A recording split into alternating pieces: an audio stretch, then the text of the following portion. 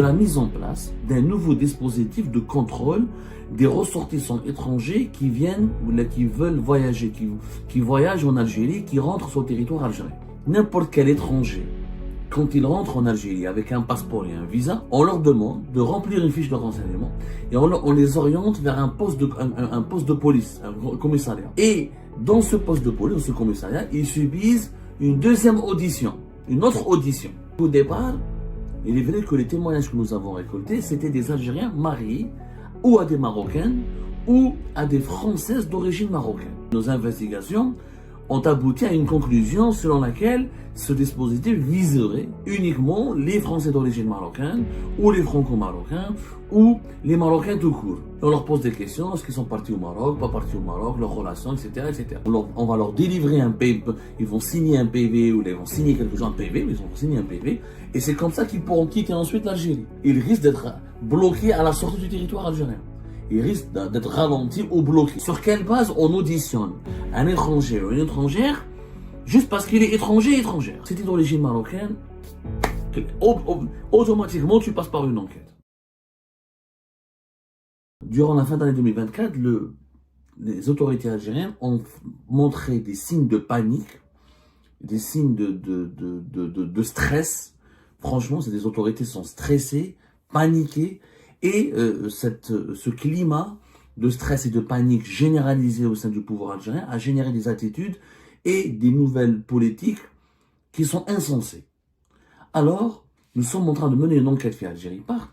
Nous avons recueilli plusieurs témoignages qui attestent de la mise en place d'un nouveau dispositif de contrôle des ressortissants étrangers qui viennent ou là, qui veulent voyager, qui voyagent en Algérie, qui rentrent sur le territoire algérien. Pour le moment, tous les témoignages que nous avons récoltés attestent de la véracité de ce que nous allons décrire. Malheureusement, aucune source officielle n'a voulu, contactée par l'Algérie Part, ni une source officielle, ni une source officieuse, n'a voulu commenter, infirmer ou confirmer les informations que nous allons décrire, que nous allons vous révéler aujourd'hui. Il s'agit d'un dispositif qui est apparemment informel. Mais je n'ai pas trouvé, en tout cas moi, une trace écrite qui démontre l'imposition ou l'application de ce dispositif. Mais ce dispositif a été mis en place à partir du mois de novembre 2024. Entre fin octobre, début novembre 2024. C'est quoi? De quoi il s'agit? Les ressortissants étrangers qui viennent avec des passeports étrangers, qui ne sont pas des ressortissants français, et ne sont pas des ressortissants algériens, soit des ressortissants français, européens, d'autres pays arabes, n'importe quel étranger. Quand ils rentrent en Algérie avec un passeport et un visa, la majorité écrasante des étrangers en Algérie, ils sont obligés d'avoir un visa. L'Algérie est l'un des pays les plus restrictifs au niveau de la liberté de circulation, parce qu'elle applique la réciprocité. Comme il y a très peu de pays qui donnent des visas pour les Algériens et les Algériens, il y a aussi, l'Algérie donne très peu de visas à d'autres pays à l'étranger. Donc, sa réciprocité, mais à part la Tunisie, les pays du Maghreb, le Maroc, on leur a imposé le visa depuis novembre 2024. Donc, même les Marocains ont besoin de visa pour entrer en Algérie. La Tunisie, quelques pays voisins, africains, très peu de pays en tout cas peuvent. Il y a très peu de pays dont les ressortissants peuvent entrer sur le territoire national avec un visa. Voilà, avec un visa. Qu'est-ce qui s'est passé, frère? Bon, l'imposition des visas pour les Marocains, c'était septembre 2024, pas novembre 2024. Juste pour fin septembre 2024. Les étrangers maintenant, depuis le mois de novembre 2024, quand ils se présentent à la police aux frontières, malgré le fait qu'ils ont un visa algérien, délivré par des services consulaires algériens dans un consulat situé dans leur pays respectif, on leur demande de remplir une fiche de renseignement et on les oriente vers un poste de police, un commissariat. C'est-à-dire même une fois qu'ils dépassent, qu'ils franchissent plutôt les contrôles frontaliers, ils sont obligés, ils sont instruits, les étrangers, d'aller vers un poste de police, vers un commissariat du lieu de leur hébergement. Et le poste de police le plus proche de leur lieu d'hébergement. Et dans ce poste de police, dans ce commissariat, ils subissent une deuxième audition, une autre audition. Ils sont auditionnés par les services de sécurité algériens pour savoir pourquoi ils sont venus en Algérie, ils connaissent qui en Algérie, quel est leur motif de voyage, qu'est-ce qu'ils comptent faire en Algérie, qu'est-ce qu'ils comptent accomplir comme démarche ou comme qu'est-ce qu'ils comptent accomplir comme activité en Algérie, ou là, ils veulent rencontrer, quelles sont les personnes qu'ils vont rencontrer en Algérie, pour quelles raisons ils sont en Algérie. Ce sont des auditions, des étrangers munis de visas, auditionnés dans les postes de commissariat. Les témoignages que nous avons récoltés concernent non seulement des ressortissants français, mais aussi des ressortissants européens. C'est souvent des Algériens mariés, ou là des couples mixtes, des Algériens mariés à des femmes européennes ou à des femmes françaises. Ils ont tous subi ça. Il n'y a pas que les Algériens, même les Algériennes qui viennent accompagner plusieurs étrangers, même des étrangers européens, des Européens qui viennent de l'Europe, de certains pays de l'Europe de l'Est, de Serbie, de Pologne. Parce qu'au départ, il est vrai que les témoignages que nous avons récoltés, c'était des Algériens mariés ou à des Marocaines ou à des Françaises d'origine marocaine. Au départ, c'était ça les témoignages que nous avons récoltés. Au départ, ce sont des Algériens qui ont été étonnés. Ils ont l'habitude de venir avec leur épouse, qu'elle soit marocaine ou franco-marocaine, c'est-à-dire qu'elle est française d'origine marocaine. Quand on le passe, par exemple, il y a un Algérien, il a eu cette mésaventure, entre guillemets. C'est une mésaventure parce que on t'a donné, ton épouse, elle a un visa. Elle est mariée à un Algérien. Et elle vient en Algérie pour visiter sa belle famille, pour visiter l'Algérie. Parce que quelque part, elle a des enfants avec son mari qui est algérien. Donc c'est quelque part le pays de ses enfants. Donc elle est venue pour visiter son pays. Quand elle a par exemple, le passeport français, il voit que c'est un nom arabe, ou un nom à consonance arabe, les policiers algériens demandent l'origine de la personne. Quand elle leur a dit que c'était une Marocaine, eh ben, elle a été orientée, franco-marocaine, elle a été orientée vers un poste de police pour subir une audition. Au départ, nos investigations ont abouti à une conclusion selon laquelle ce dispositif viserait uniquement les Français d'origine marocaine, ou les Franco-marocains, ou les Marocains tout court. Et au niveau des commissariats, on leur pose des questions à ces femmes-là. Est-ce que vous êtes partis au Maroc plusieurs fois? C'est quoi vos relations avec le Maroc? Est-ce que votre mari... Il y a des auditions même séparées. C'est-à-dire l'Algérien, l'époux algérien et son épouse franco-marocaine, ils sont auditionnés, interrogés séparément. Vous vous rendez compte? Séparément. Et on leur pose des questions. Est-ce qu'ils sont partis au Maroc, pas partis au Maroc, leurs relations, etc., etc. Après, ils sont relâchés. Parce que la majorité du temps, c'est des couples, ni activité politique, ni une opinion politique particulière. Ils font juste... c'est des couples mixtes. Comme il y a des milliers d'Algériens qui ont épousé des Marocaines. Ça va vous dire. Comme il y a des milliers de Marocains qui ont épousé des Algériennes. Même les Marocains qui rentrent avec un passeport français en Algérie avec un visa, s'ils sont d'origine marocaine, ils subissent ces auditions. Au départ, on a pensé que c'était un dispositif qui ciblerait que les personnes, les étrangers marocains, les ressortissants marocains ou franco-marocains, ou qui sont titulaires d'une nationalité européenne, mais qui sont d'origine marocaine. Parce qu'il y a des Marocains en Europe qui sont belges d'origine marocaine, espagnols d'origine marocaine, néerlandais d'origine marocaine, et souvent, ces Marocains ont épousé des Algériens, ou c'est des Algériens qui ont épousé ces Européens d'origine marocaine. Et ben non, finalement, nous avons découvert que d'autres couples, que d'autres personnes, d'autres étrangers qui n'ont strictement rien à voir avec le Maroc ont été auditionnés. On leur a demandé, une fois qu'ils ont franchi les contrôles de la police aux frontières, les contrôles frontaliers, on leur demande effectivement de se rendre le plus tôt possible dans un poste de police et de effectuer cette audition. On va leur délivrer un PV, ils vont signer un PV ou ils vont signer quelque chose, un PV, ils vont signer un PV, et c'est comme ça qu'ils pourront quitter ensuite l'Algérie. Si ces étrangers ne sont pas auditionnés, ou là ne se rendent pas à un poste de police, ou là n'effectuent pas sa démarche au niveau du poste de police le plus proche de leur lieu d'hébergement en Algérie, ils risquent d'être bloqués à la sortie du territoire algérien. Ils risquent d'être ralentis ou bloqués parce que on va leur reprocher de ne pas avoir respecté cette obligation d'être auditionné par les services de sécurité.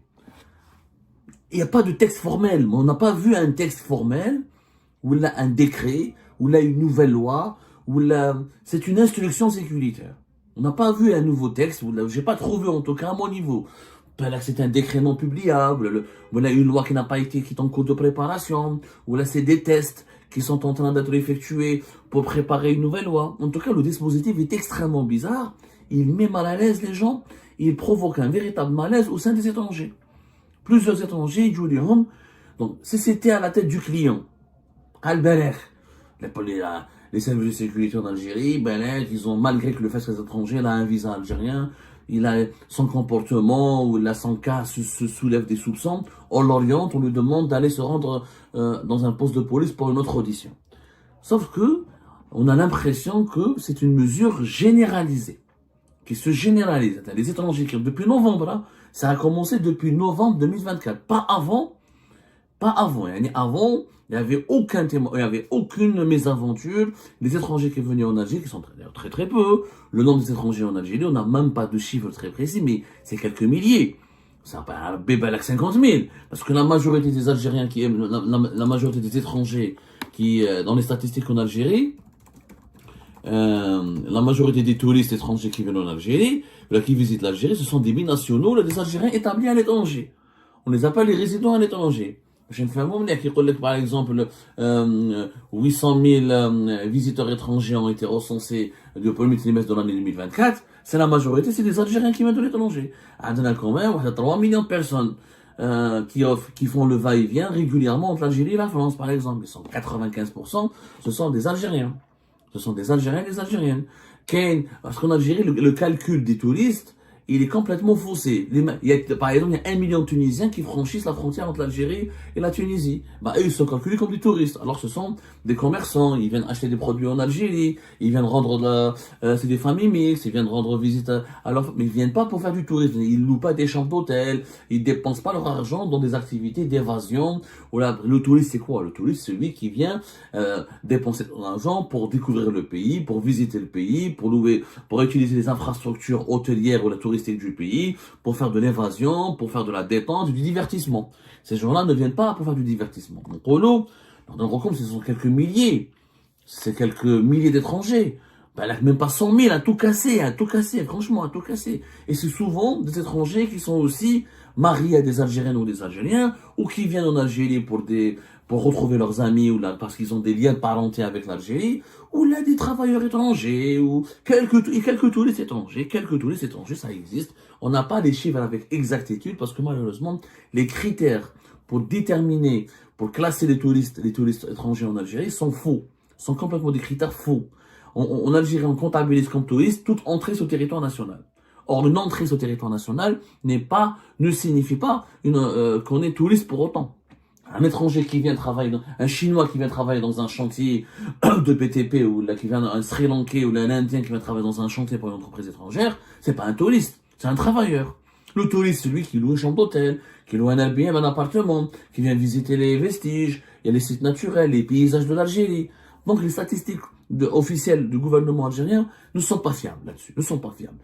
On n'a pas des millions d'étrangers qui viennent chez nous. On n'est pas, malheureusement, je le dis, malheureusement, l'Algérie aurait pu devenir un grand pays touristique. Ce n'est pas le cas, malgré le potentiel et la nature magnifique de notre pays. Les étrangers se comptent sur les doigts, sur les bouts des doigts. Et quand ils viennent, déjà pour obtenir le visa algérien, c'est compliqué. Là, on les soumet à des contrôles policiers, des contrôles sécuritaires extrêmement sévères. J'ai un visa. Donc, c'est le moment classe. Le contrôle, a priori, il se passe au consulat algérien.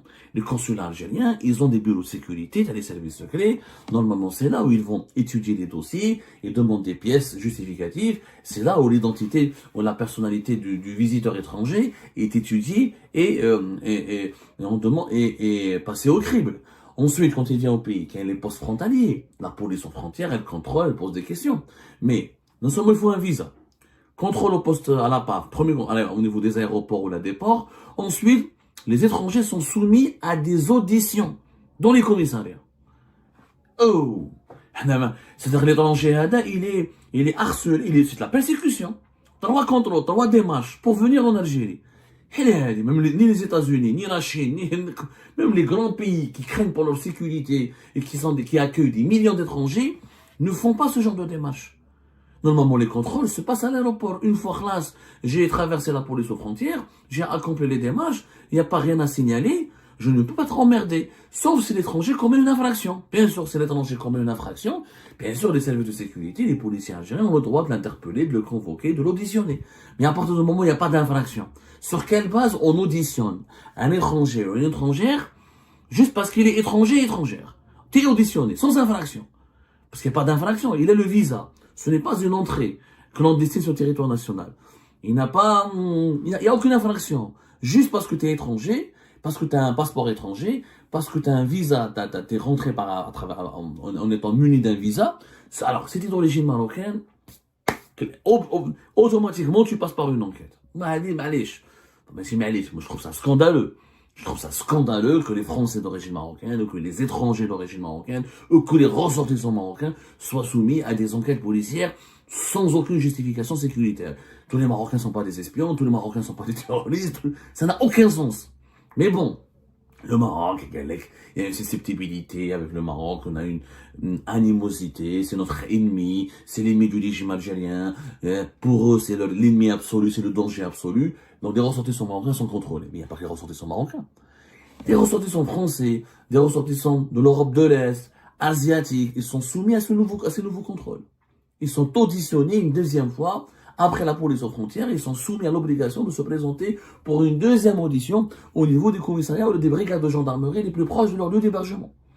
Et les questions, alors quand on est d'origine marocaine, les questions sont relatives uniquement au Maroc, la relation avec le Maroc, quand est-ce que tu as été pour la dernière fois au Maroc. Voilà. Tebboune l'a dit en fin septembre 2024, pour les autorités algériennes, tout ressortissant marocain est potentiellement un agent du Mossad. Et potentiellement un agent des services secrets israéliens, parce qu'il y a une alliance militaire entre le Maroc et Israël. Donc pour les autorités algériennes, le peuple marocain il est comptable des décisions de son gouvernement, de son régime, de ses dirigeants, et tous les Marocains sont potentiellement des espions. Donc c'est quand même une stigmatisation, une discrimination assez grave.